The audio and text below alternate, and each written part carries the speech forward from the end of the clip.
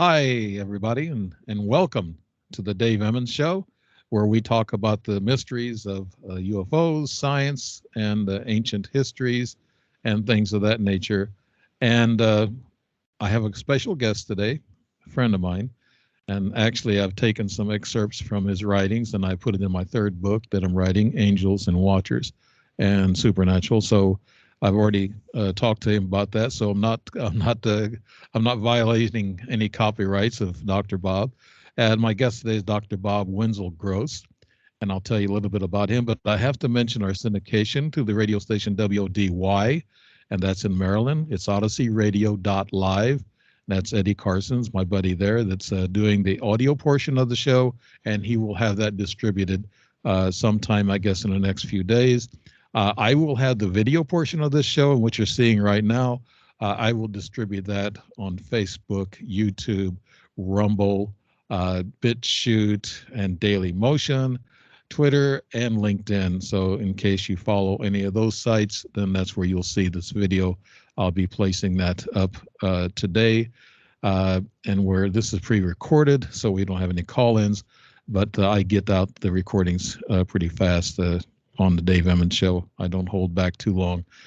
Okay, I'm going to introduce my guest, Dr. Bob Winslow Gross.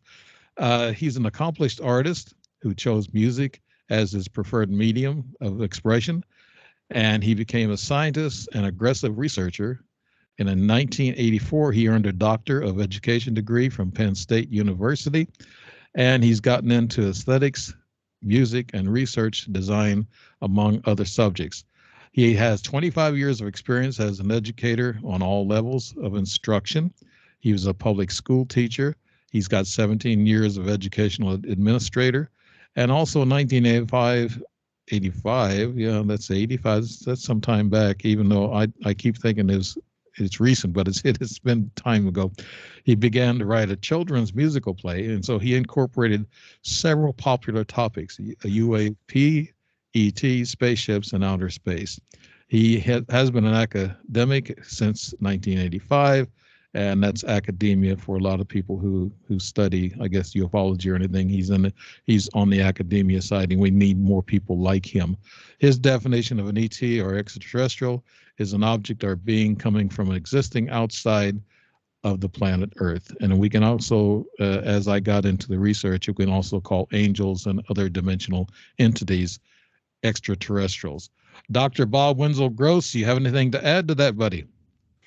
Uh, Dave, how are you? Yes, I'm that fine. about covers a lot of it, anyways. Outside of the technical glitches on Zoom and everything, I hate to give Zoom bad press, but it's not been a very happy coupling with myself and Zoom, and you just Uh, witnessed that, yeah.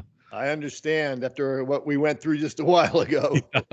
But But yeah, that's why we're on Skype now. Okay. yes, well, Uh, maybe that's what because it's Halloween too. yeah. Okay. There you go. But do you have anything to add to what is going on in your life or what's going to happen in your life? I just introed you, so shoot from there.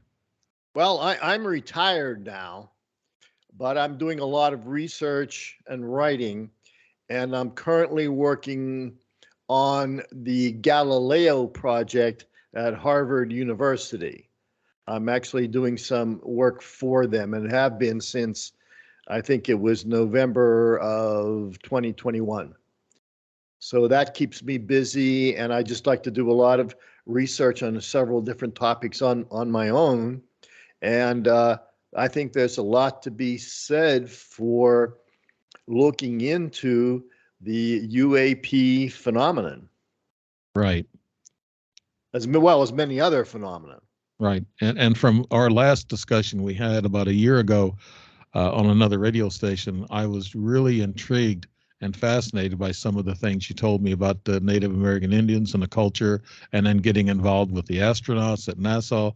And you were in on that program to teach actually astronauts how to culturally accept new things that they don't understand, and toward the Native American Indians and their culture and what they believe in the spiritual realm and things, they're more open to it.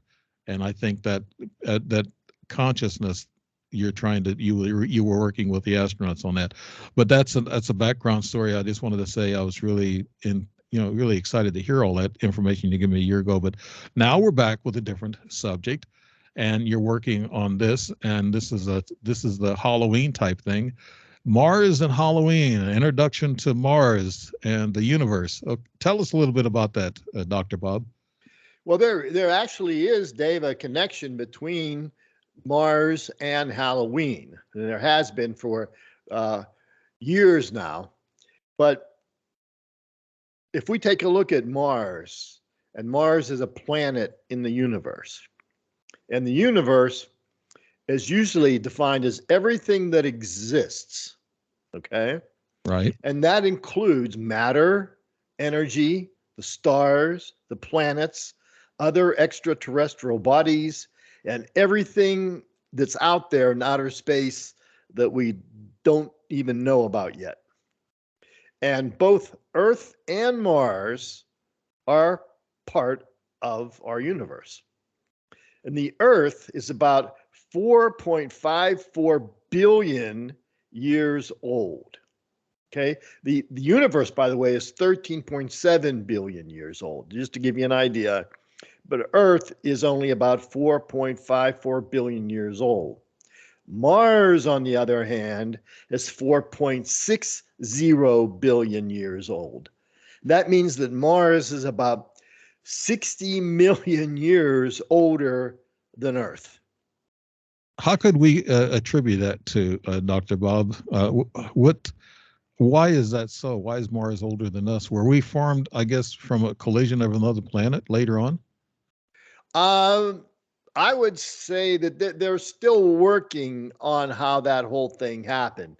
There's been, let's call it, for lack of a better word, rumors for years that Earth or on Mars, life may have existed first, and then that life may have somehow worked its way to Earth, and then Earth started getting that life going. Now, that's again a story that's been going around for a while. I don't know that there's any real evidence of that. I'm going to talk later on in your show about some evidence that's happening that I'm finding that's really exciting right now and why I find it that way.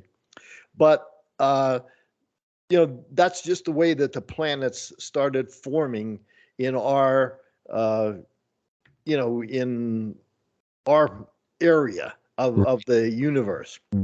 But keeping that in mind, microbiology, okay, there's microbial life, okay, that may have appeared on Earth about 300 million years after it was formed. So that's when that microbial life started on Earth. Now, you can imagine if that same time span were applied to Mars. If Mars had microbial life starting to form when Mars, the planet itself, was first formed, the living beings on Mars would be way, way advanced compared to the creatures on Earth. If that same formula would apply to both Earth and Mars. Yeah, I saw a program just last night, Dr. Bob, about they drilled down into the Antarctica, and also I guess they went down a couple of miles and they took some soil samples. They found microbes and living organisms deep into that ground, way deep in the Antarctica, and they've also found, of course, microbes on meteorites too. The Mars microbes, that was a famous one. So there's life out there, plentiful. But there might be in microbial life forms, but I know there's other life forms too. Well, yeah, the first microbial, let's call it, for lack of better words, microbial life forms that showed up, that ended up being from Mars, was back in 1984. Right. So it was that far back. Now they back then they still weren't sure that the, let's call it, organic material that they found in that meteorite in Antarctica. It Right. took them 10 years to discover that that meteorite actually came from Mars. And there was a discussion. Now remember, the technology back then in 1984 is not nearly what it is today. Right. Hmm. So that's why I'm seeing some pretty exciting things going on right now. And I'm basing that mostly on not what other, what other scientists are saying, true, but not what other people are necessarily saying, but what my experience was in working with NASA. Yeah. And I want there's people some to. interesting things now. I've noticed a renewal in interest in Mars Hmm. that it's even stronger from NASA than it was back in 2006 and 2007 when I was working with NASA. Now, Right. I wasn't working for NASA, I was working for the US government, but I, was working with NASA back then. Right. Hmm. Yeah, that's what I wanted to tell people, that you, as a scientist, as a the doctor, and you've been, I guess, you're well rounded in research and also in education and all this other stuff. That you do have experience with NASA, and a lot of people need to understand you're talking from experience and not just from studying or researching off on somebody else, like I have to do a lot of times. but no, but extraterrestrial life can be in primitive or intellectual forms, as you say. And you said objects or beings found on Mars are considered extraterrestrial. Of course, we just talked about that. Everything that comes from outside of the Earth is extraterrestrial. But then you're talking about the percentage of Americans who are starting to believe in intelligent life. You can give us those numbers? Yeah, as of last year in 2021, there was a survey done, and it was found out that 65% of Americans, okay, they 65% of Americans believe that there are extraterrestrial intelligent beings that are living on other planets. Now, that's a high percentage compared to whatever I've really known. Right. That believe that there's extraterrestrial intelligent life out there. Now, again, they believe that. They're officially, I would have to say that there is no evidence of that yet, but that I think, you know, uh, I really do think from what I've seen happening with NASA lately Right. in the last few months, I'm, from my experience again, okay, just from my experience working with NASA and knowing what they were working on back in around 2006, 2007, I'm pretty darn sure, like 99.9% sure, that NASA has found some type of life on Mars since they've been there recently. Right. What type of life, can you tell us that, or is that secret? Uh, I don't know what they've found right now. Now the the biggest issue is like with the Perseverance rover that's going around up there now. Okay. Uh, it has been collecting rocks and samples. And some of the scientists that I've been following are pretty sure that they've got samples of life that was existing on Mars at one time. I think they're pretty sure that they took samples of areas where life ought to be traceable right now on Mars. The big problem is they don't have a full laboratory up there like they do at the Johnson Space Center in Houston, Texas, okay, where they Right. can analyze it. So the rocks that they have gathered, let's call them, okay, because I mean, I can't follow everything they're doing out there, but from what I'm seeing, I think they realized that they found samples of some type of soil or rocks that indicate that there is life on Mars. Now, that life might no longer exist, but I think they've got a really good chance that they found some type of evidence that life existed at one time. And that's why they're so interested in going there. And so is Elon Musk. Elon Musk is going to probably beat them to Mars, maybe. Well, there's a I can't think of the name of the video right now, but there is a video that was out recently about what will happen and how when private industry as well as NASA get together and start working on Mars and living on Mars and how it's going to work. It's just amazing what's going to happen with that video. But the right now, what the problem is, even though that they have gathered samples, and I think they're pretty sure they're going to find evidence that there was life on Mars, okay, they Hmm. can't get those samples back to Earth to really analyze them in a quality lab until the year 2033. So what they're going to have to do in around 2033, or hopefully by 2033, is design a rocket that'll go to Mars and be able to land there, where then that rocket would have some type of container where they can send those samples that they've collected back to Earth to be analyzed. Hmm. Yeah, there's been some, I think we mentioned this the other day, uh, that there's been some structures up there. And I think you were saying that that's just because maybe the light and the light shining on the structures in a different way. It looks like a big face and also like a pyramid up there. But you're Right. saying these things haven't been proven, right?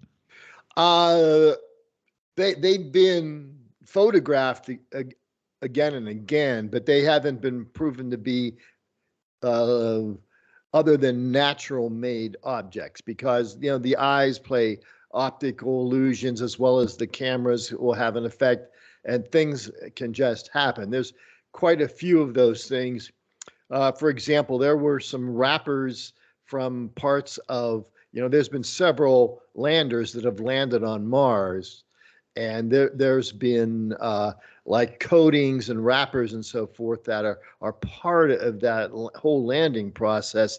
And when those objects are away from the landers, they look like, they can look like an animal or something. Hmm. So there's a lot of that that's been going on, where there's actually nothing too unusual about the objects they're seeing already. But I've with the more research I do into get into on Mars, uh, they're finding out that the scientists at NASA, that is, are finding out that they think they're really going to get good samples when they go down at least 6 feet into the Martian soil, Hmm. because they think if whatever happened on Mars, that when it evolved and it became, at one time they think it was a wetter planet than it is now. When it evolved, that's evidence is still up there, but it might be located down deeper in the soil of Mars. Hmm. They're actually saying they don't really know what happened to Mars, like you just said. The atmosphere was stripped off somehow or another, and that could have been a nuclear war that they might have had some thousands of years ago. Well, back in when people were first using telescopes to look at Mars. I don't know that we have talked about that for this show, but as far as back as in 1877, okay, that's quite a few years ago. Right. Mm-hmm. A man by the name of Giovanni Schiaparelli, he was the director of an observatory in Milan, Italy. He was looking through his microscope, and he was seeing what he felt were seas and continents on Mars. And he started labeling them. Right. And also, he started seeing what he called, first of all, he called them channels. He started seeing some kind of channels on Mars. Right. And back in the mid 19 or 1800s, that's when they were building the Suez Canal. So they were on Earth, they were building the Suez Canal, and men were building that. And they were artificial channels that they were making at that time so boats could go through. So these channels, they started calling them the Suez Canal. Well, some other people, when they started seeing these lines on Mars, they started calling them canals. On Mars had canals on it, and that they were those canals they thought were used to take the polar ice caps and used to Martians were building these canals to take melting liquid from the polar ice caps down to the other populated areas of Mars. And that was like in the 1800s, 1877. Then in 1894, a man by the name of Percival Lowell, he was an astronomer from Boston, and he was looking through a telescope in Flagstaff, Arizona. And he was seeing some things also that he called canals, and he felt that they were, at that time, what he was seeing, that they were really maps. He started mapping them and giving them names and so forth, and that intelligent Martians, made these canals, they felt. So this was, in the 1800s, I would say that at least some people were feeling that there were Martians living on Mars, and they were doing things like building canals. Yeah, that's what it looks like here in your notes. You were saying that it looks like artificial canals created by intelligent Martians. So he must have been saying there was life on Mars at one point too. I think that's what. Now remember, the telescopes and so forth were not anything at all like what we have today. But from what they could see, and from what they knew in the past of us building canals on Earth, like with the Suez Canal, they thought that Martians were building the same things on Mars, similar things on Mars. Now, we're getting through there, and time goes by so fast. Jeez, Bob. Okay, links between Mars and Halloween. You discussed that, and could you tell us a little bit about what you were alluding to there? Yes, back in 1938. Okay, now I was born in 1948, so that was 10 years even before I was born. So that's 1938 was 85 years ago. On October 30th of 1938, okay? That's technically Halloween Eve, all right? In Los Angeles, an actor by the name of, he was a young actor by the name of Orson Welles. Oh, yeah, I remember that movie, yeah. And it wasn't a movie yet. Yeah, okay, it's this radio. was still a radio, I guess you would call it a radio play. Right. He put this radio play on the radio back then. Yeah, and one of us that were old enough to remember that. yeah. Well, the funny thing about that was, now the Orson Welles, he was a young actor, and he's the one that put this group together. It was a CBS radio show called the Mercury Theater on the Air back then in 1938. He organized this whole thing, as I understand it. But what he was basing his play on was a book that was written by H.G. Wells, who was a writer. So you have two people by the name of Wells, Orson Welles and H.G. Wells. Now, they're not related, I don't think, because they spell their names differently. Right. But Orson Welles was like in his 20s. H.G. Wells was in his 70s. So Orson Welles was putting on a play. H.G. Wells wrote the book. And now in the book, H.G. Wells wrote that Martians invaded London. Okay.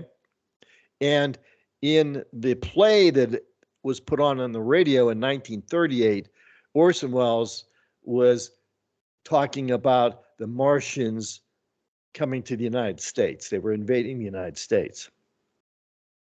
Right. And there's another movie with Tom Cruise, I think, and those were movies. But what was and there's a couple of those movies out based on that same book. But what I thought was interesting, like I used to work, excuse me, I was a radio announcer for a couple of years in the 1980s. And on Halloween, it was my job to play the original War of the Worlds recording that Orson Welles did. Wow. I had to do that for 2 years. It was like, I think it was 81 and 82 that I did that on Halloween Eve. Right. And I'll tell you, when you hear the original, and like me growing up with radio instead of television, and how the old AM radios used to fade out and other channels sometimes would fade in and so forth.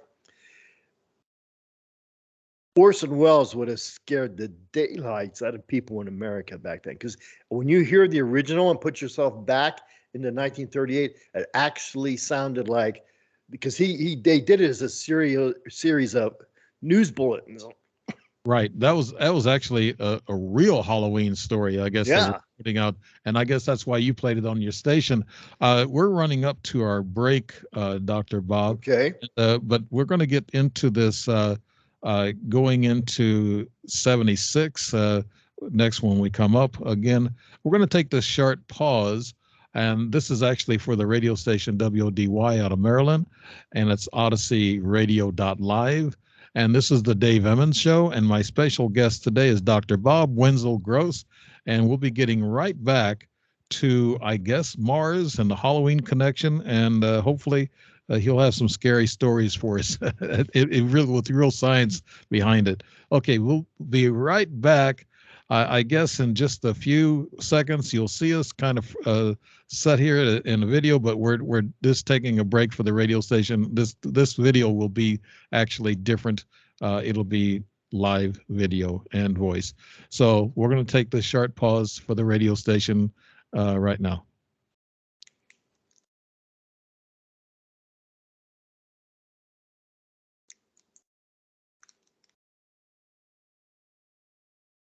Okay, the pause is over. It's that quick, ladies and gentlemen. This is the Dave Emmons Show, and we're being syndicated through WODY Radio. That's OdysseyRadio.live. Eddie Carson's the man there, and he's got the audio portion. Of course, I'm going to have the video portion of this show, and I will be distributing that throughout the other platforms, Rumble, YouTube, Facebook, and all the like. So this is Dr. Bob Wenzel Gross. And Dr. Bob, I guess we ended up talking about after H.G. Wells, we're getting into the Halloween connection and the orbiter, NASA orbiter. I guess we're up on your notes on that. So can you tell us a little bit about that? Yeah, very quickly, Dave. Yeah. Just from a historical standpoint and a scientific standpoint, back in June 19th of 1976, there was NASA launched the Viking 1 orbiter, and it entered the Mars orbit on June 19th of 1976.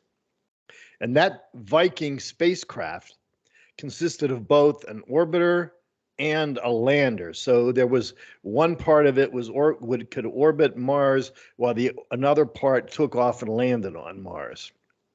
So the lander could take high resolution images, and it could also, once it got down there, could study the Martian chemistry and surface and its atmosphere. Right. So this was way back in 1976. So it performed the first soil sampling of Mars back in 1976.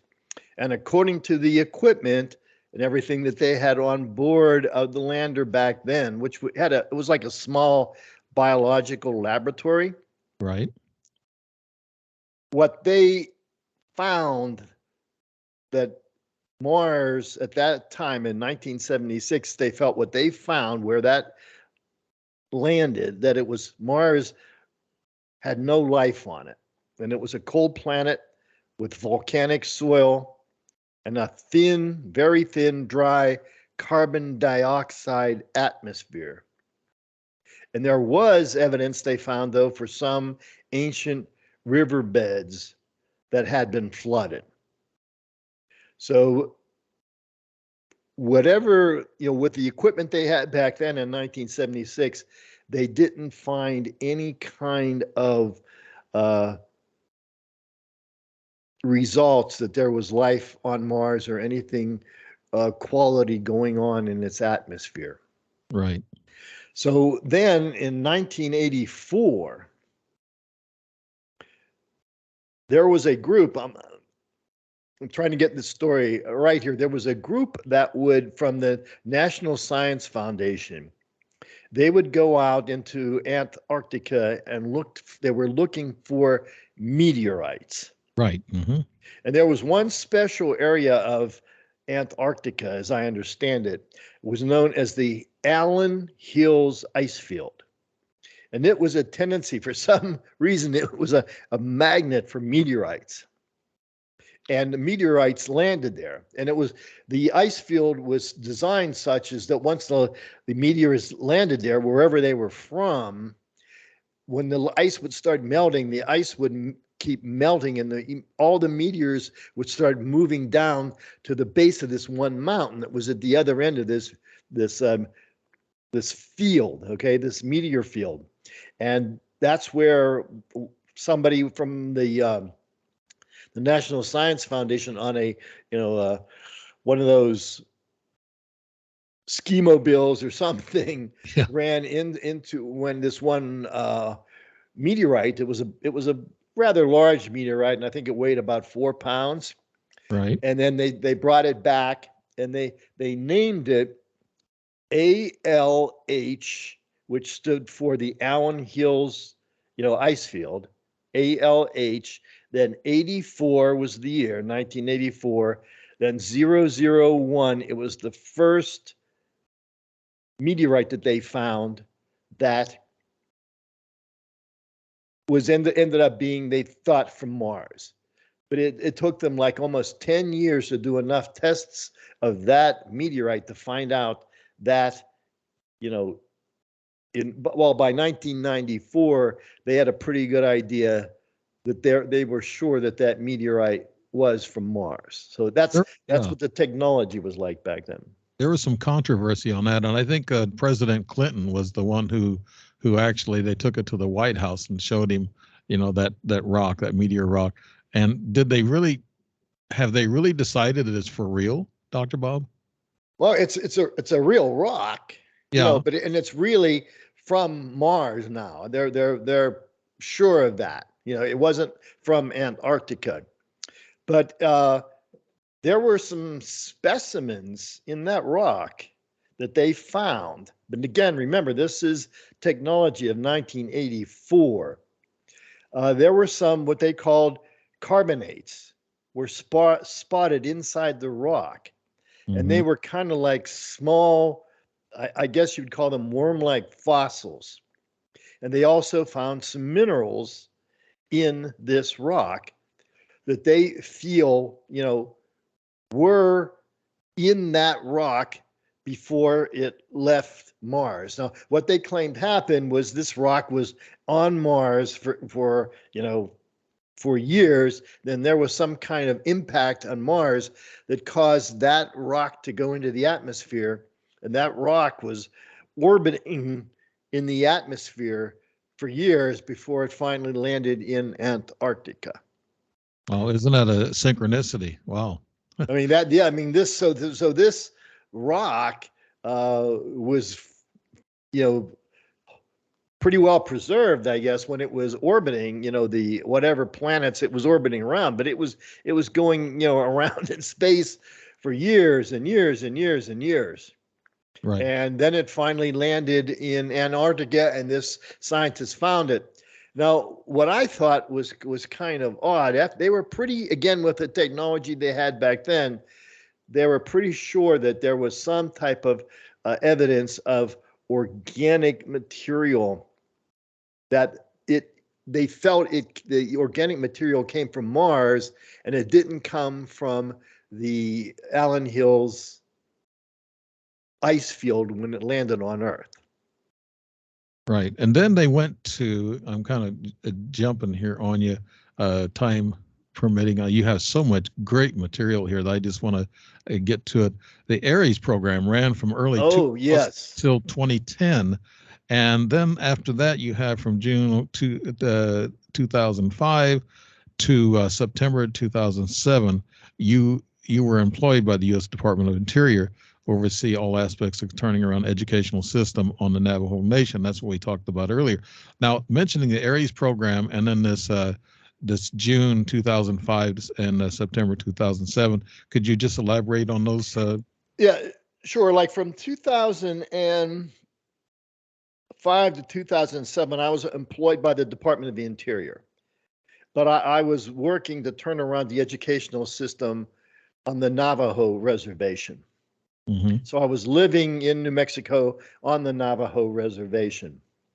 And in 2006, I got a phone call. Remember, this is in middle of nowhere, and on the Navajo reservation, and we barely had phone service and things like that, certain days a week. I got a call from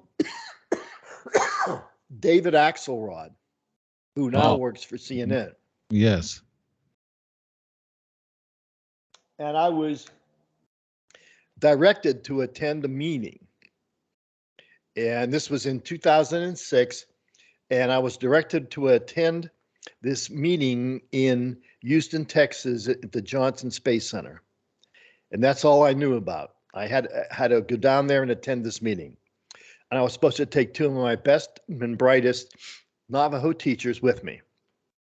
So we were, I'm making a long story short, so we went down there, and what we got, we stayed at a hotel, and I found out there were a lot of people from other tribes.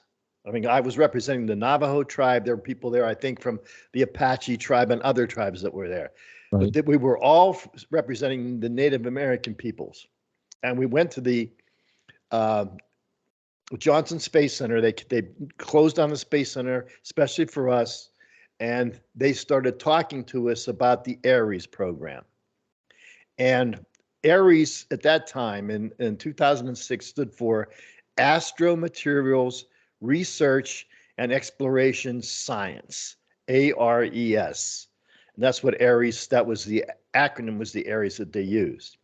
And what the Ares program was designed to do was they were supposed to go from, NASA's astronauts were supposed to go from the Earth to the moon, then from the moon to Mars, and then they were going to excavate and mine Mars at that time.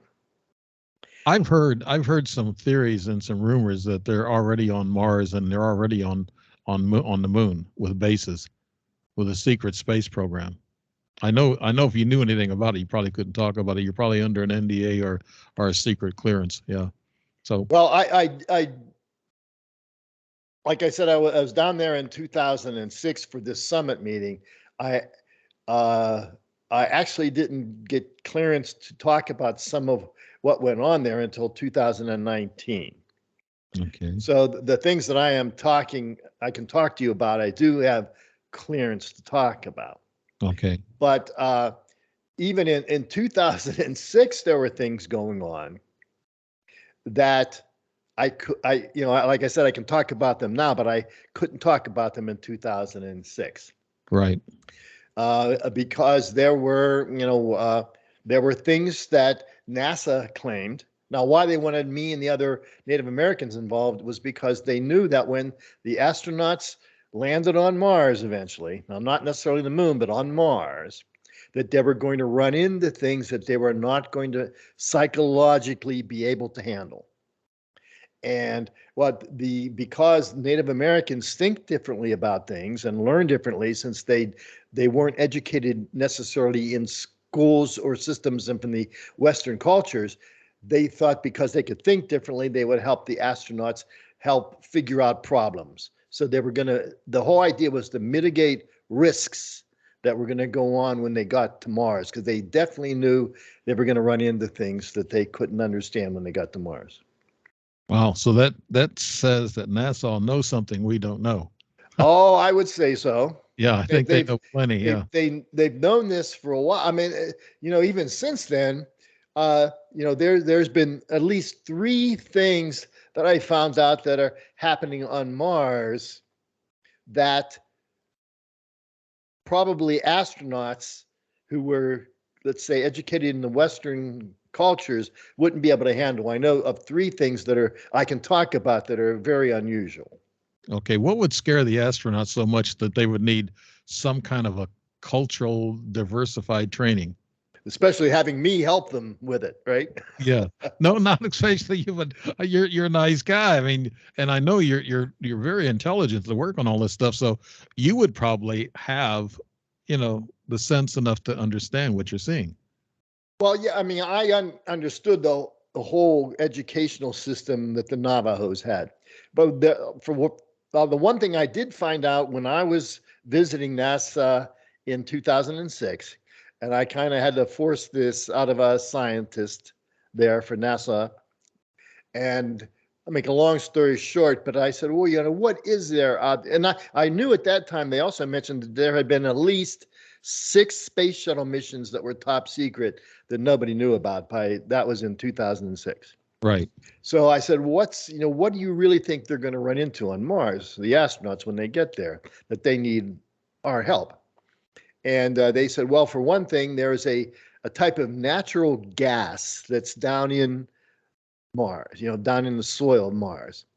And I said, okay, that doesn't sound too crazy, Right. They said, but this natural gas is extremely potent. It's extremely volatile. I said, well, how volatile is it? And they said, well, you know what a space shuttle looks like? And I said, yes. And they said, imagine a cargo area of a space shuttle. And I say, okay. And they said, well, imagine that there was a container inside the space shuttle that they could fill up with this natural gas that they'd extract from Mars. Okay, so he says a space shuttle cargo area filled up with that much gas would have enough energy that when they brought it back to Earth, that much of this natural gas from Mars could keep New York City's lights lit for a year and a half without any problem.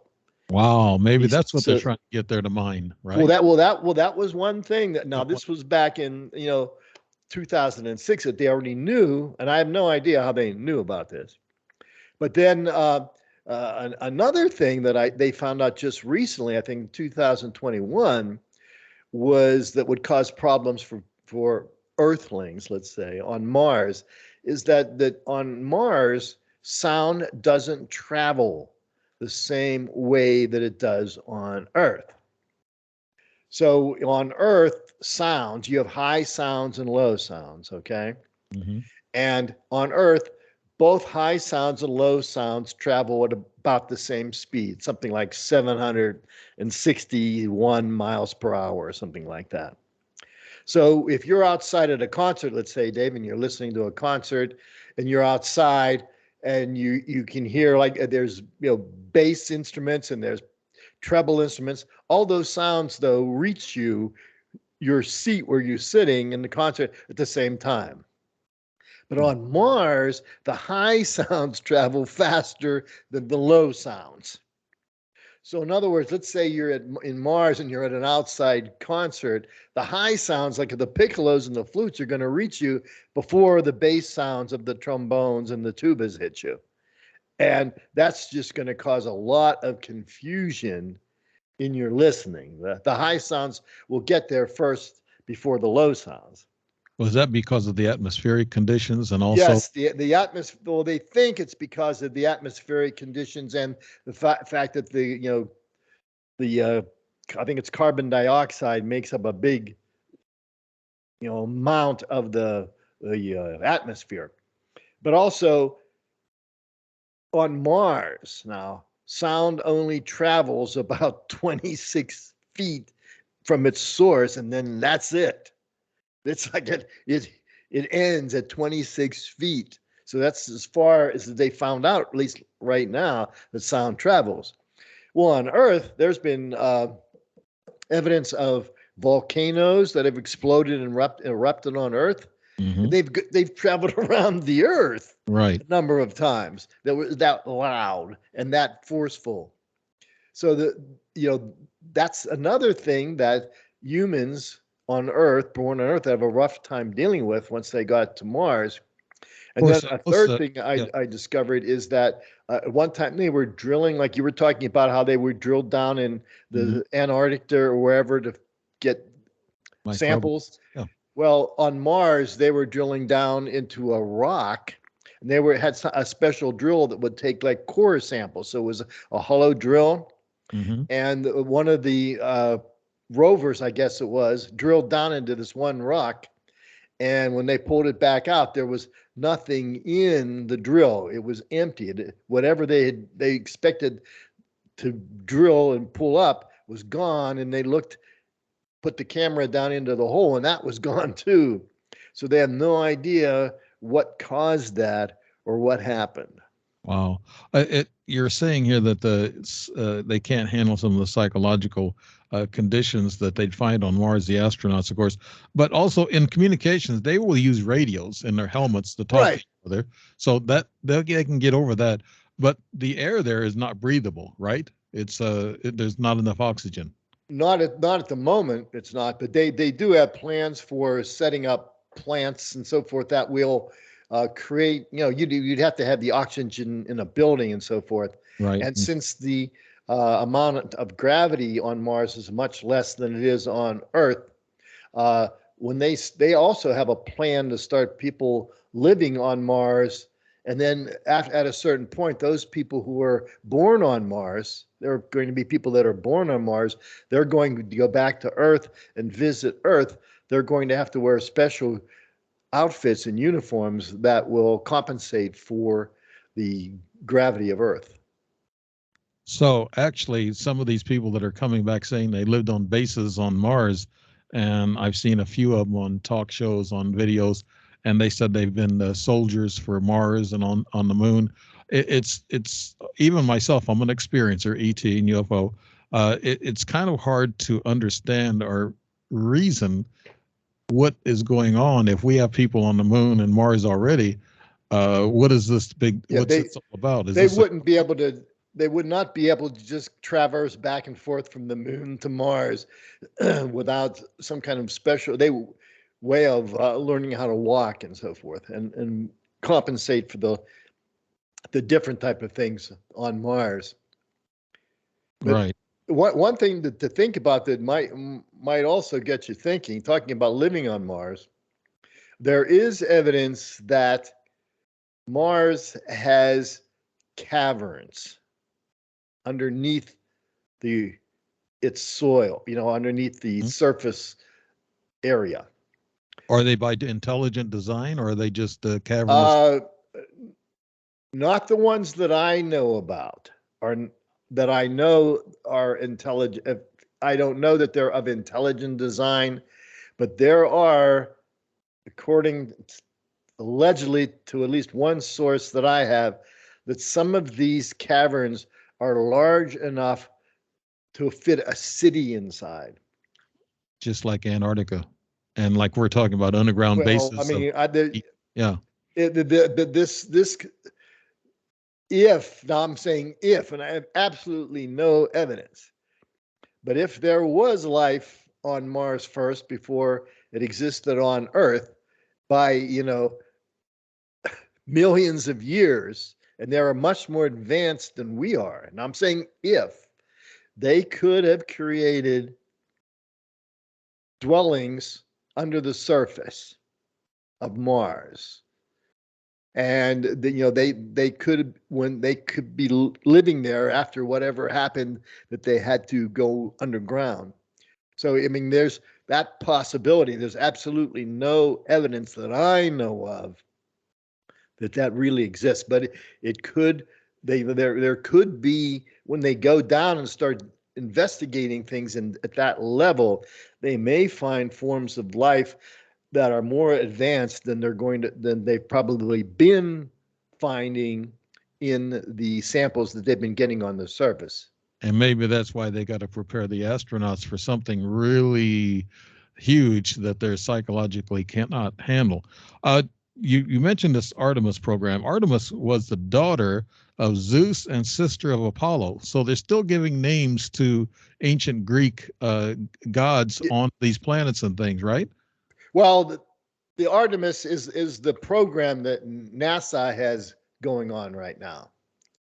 It's they because there was an Apollo program at one point, and he was an ancient god and all of that type of thing.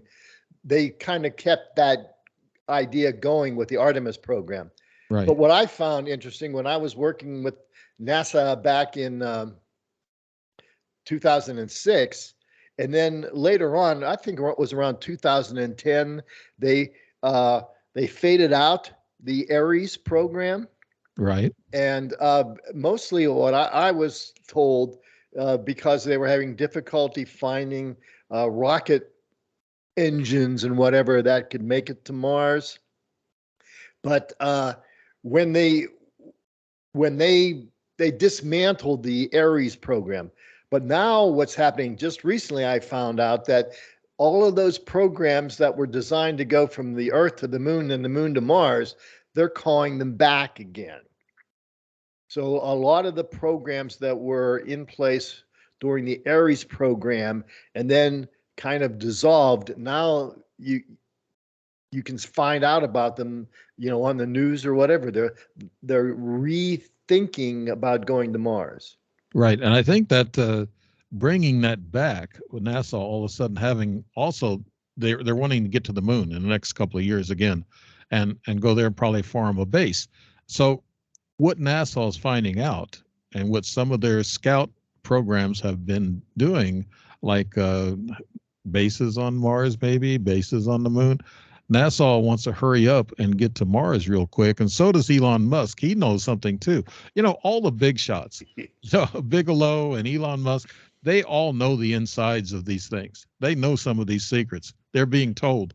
And like movies, when they produce movies, I think, Spielberg, they're being given some insight about what's going on really with ETs, UFOs, and travel to Mars, right? Well, I think that's correct. That there's, and I wish I can't think of the name of the movie that was released recently, but it has to do with like 10 years, like on once we get years after we get on Mars, because that's definitely part of the plan and how it's going to work. It's if you can find that, and if I don't have it in my brain here right away, but.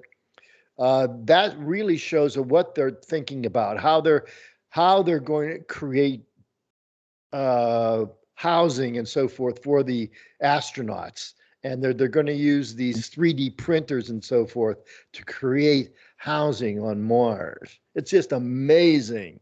Now there's a bunch of carbon dioxide there, so plants could grow there, right? They don't need the oxygen. Well, they still need oxygen, but the plants could produce oxygen. There